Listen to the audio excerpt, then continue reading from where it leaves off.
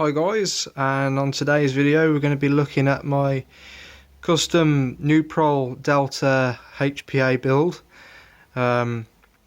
This is my most recent build that I've been working on.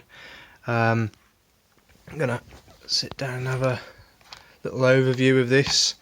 Take that out. The standard gun when I bought it obviously was just a normal AEG, but what was great about this gun when it came out of the box was that it came with a programmable trigger and an ECU, I guess is how to explain it is, and you could change the rate of fire and different things like that.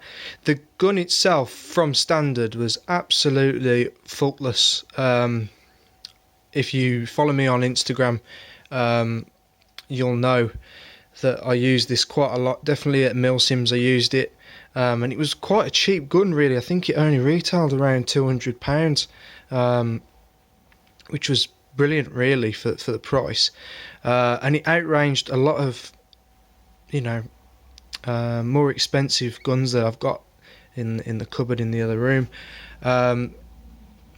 As far as it goes now, it's a completely different gun. As you'll notice, there's a few things that are not quite normal. There's a little hole here where the trigger used to be. Not the trigger, the selector switch used to be. There's a few things that I've had to modify. Well, I'll say quite a few. There's quite a few things I have to modify, and this gun will definitely never be going back to an AEG, that's for sure. And the reason why is basically the build of the Nuprol Delta was very similar to the Ares, and built on the same. And believe it or not, I mean that there says Amoeba, even though it is a Nuprol gun. Has a lot of the furniture of the other one obviously on here. What you will notice is that this is an Amoeba front grip, but it actually doesn't fit this gun. I tried to make it fit, but it didn't, so I just some trusty cable ties to hold it on. I know it's a bit of a bodge job, but it works, and I've not really had any problems with it, to be honest. It's comfortable enough. So as far as the gun before it was converted over to HPA, absolutely brilliant. I don't think there's many reviews on a Nuprol Delta, as it tends to get overlooked and most people go for the Amoeba version of it. But to be fair, you cannot fault it, and it is cheaper to buy. Obviously it depends whether you like this style, whether you like the stubby style. The only thing that I did find was a bit of a pain was the fact that this is actually unremovable. You can remove the cap at the front here, and you can buy a 14mm thread that actually screws this part here, screws back into there with a 14mm thread, but it would mean then that whatever you were putting on the front of it isn't going to look quite right.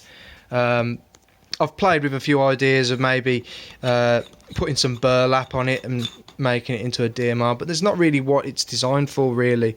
As far as it is now, it is one of the best skirmishable weapons I've got. And ease of use is the best thing for this gun really. I can just chuck this in a bag with a tank and off I go really. It is extremely light, being pretty much all made of polymer, polymer bottom, polymer top, even polymer rails, metal here, metal there. This is an aftermarket trigger, I'll get into that in a moment. Metal here. And obviously this is just one of the scopes that I just pulled off, and I thought I'd put it on there to show you. Also metal here, but really it is a brilliant build quality. I couldn't fault it. The only problem that I did find was that the battery compartment, very similar to the Ares, if you are looking to buy one of these guns brand new, is the stock here hasn't got much space. They will fit the pet box batteries, but obviously it's not ideal for the larger batteries. But I've ran this gun, to be fair, at a Milsim with this part taken off. You can, and just having a battery taped into there had a massive massive battery taped in there with just some tape around it, and it worked in, it lasted all day. As far as it is now, it is a completely different build. It does have the Inferno Gen 2 in from Wolverine, and a speed trigger. This is a trigger that I actually wanted on the HK version that I have, but this is a very nice trigger. I've had it quite tight, but you can obviously loosen it or tighten it depending on what you want. And yeah, I mean, really, all it's had done to it is I've done a spray job on it that people, when I've put this on the page on pages, people have took the mickey and said it looks like a giraffe. So this is my giraffe machine gun, but really, I mean, it's it's a brilliant piece of kit. Actually, other than trying to open that up there, other than the Inferno kit, really, it is standard on the inside. The one thing that was great about this when it come brand new was, if you can see in there is a rotary style hop up, which is absolutely brilliant. From standard as well, it's a standard hop unit, standard booking from when I bought it, and also a standard barrel inside. One thing I would note is, even though this does have a bore to it, so if I was to show you, the barrel sits inside this piece here. What I did notice is that there was a little bit of barrel wobble. People do all sorts of different things to try and combat this. I just used a bit of kitchen foil, wrapped it round, and just did little chunks and got it so it was sat nice and neat. And it's worked for me personally. Other than that, just put a little loop on the back here. And I've got an upgraded hose line on this. One thing to note about this line was not very impressed with it the other day. All my other HPA builds, they just have a standard line without this braiding. I crawled across the floor. Obviously, probably shouldn't do that when you've got a HPA gun, but I did. I was crawling through a load of bushes, and I've actually heat shrink this myself. This part here came loose and started flapping around, which I wasn't too impressed with. So it has got a bit of, sort of give now. It used to be quite tight, now it isn't. So that is one thing to note about these upgraded lines is, I would personally, when you get one of these home, if it doesn't have some heat shrink on, heat shrink it up and make sure it's nice and tight. Maybe put a bit of dab of glue on there as well on the underside, so it obviously make sure it's neat. But that's what I've done to try and combat it moving up and down and around. So far so good, but one of the first games that I played with it did fray, and I didn't enjoy that really. But yeah, other than that, really, it was more about grinding things out. The gearbox for this gun, if you've ever had to take one apart, because of being a standard gun, they are bomb proof. I ran mine on 11.1 for over a year with standard parts, and it worked perfectly fine, and I was really impressed with it. It wasn't until a year or two later, I think it was about a year and a half after running it, that it seized up, and rather than getting it fixed, I wanted another HPA build, so I just HPA'd it. Inside, the actual gearbox has had to be a different gearbox. If I turn this over also, you'll notice there's the selector switch. I'm still working on trying to get it so it fits perfectly. It's still not quite perfect. There is a little gap which is causing problems putting the fake bolt release in there. And if you notice here, the wobble, there is a bit of wobble when it comes to the selector switch. It doesn't bother me, because most of the time, it will stay in this position. I do have it set so you can use it on 3-round burst, even though it says auto. I have got it on a 3-round burst. But I mainly use it on semi anyway. It does stay in place. It's just a bit flimsy, and you can tell that it's, you know, basically it's probably one of the more of a pain in the arse of a gun to HPA, mainly because when I go back to it, the gearbox is built so well, but it's proprietary pretty much. When you take one out, there is loads of gears and things on the outside, and it's not a standard M4 shell for this particular gun. So you do have to, if you are going to HPA one of these, I would recommend looking at getting someone who's broken a gun or something like that, just something like just a shell to actually put the engine in. Mine's a G&G, and what I did notice as well on the G&G is that on the top, so the gearbox is sat here, the top part of the gearbox has got like a little lip on the top. Now some do, some don't, depending on which ones you have, but all the ones that I had to choose from my mate's house, he had all these ones with a little lip on the top, pretty much no bigger than this, and then just slightly underneath was the screws. I had to file all of that off so it was perfectly flat for it to fit in this gearbox, in this shell, sorry.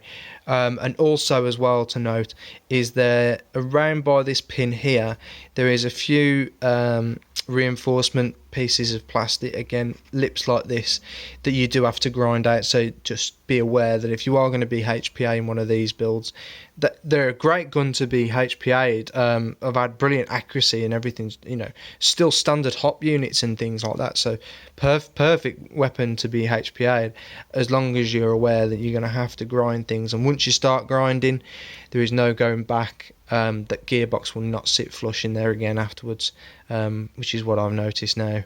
But other than that, you know, you do have to find yourself one of these as well. You can buy one, or maybe you'll be able to get one out of a bargain bin. All you need really is this top switch here, and then on the underside you need like a little circle, and that will sit into your selector plate. The standard one comes with cogs on both sides, hence why there's a hole on that side. Eventually I'll get round to getting one of these and just gluing it on, so at least it looks neat, I guess. But you know, it's not really a priority at the moment. I just wanted to get it working and get it shooting right, and it does, to be fair. I mean, taking it to multiple events now, it works just as well as the HK does, and being, you know, £300-400 cheaper than the equivalent HK that I've already HPA'd. But other than that, really, it's been a great gun. In summary, really, it's all set up ready for any event that I want to go to. The benefit of HPA in it now, obviously, you know, the tank and everything is a given. If anyone, you know, wants to get into HPA, you know the benefits of HPA itself.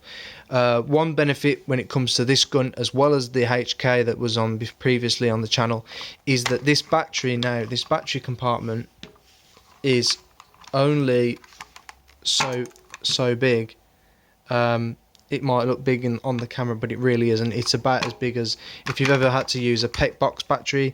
It's so tight on a pet box battery. It's unreal.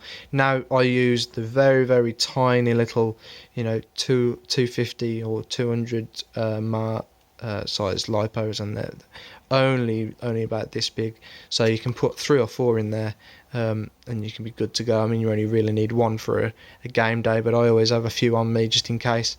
So that is also a benefit now, because I don't need the extra block, which really the extra block that you can buy is about this big, and I think ruins the look of the weapon. I think it needs to have this little piece here, really, for it to look, you know, in my personal opinion, for it to look right.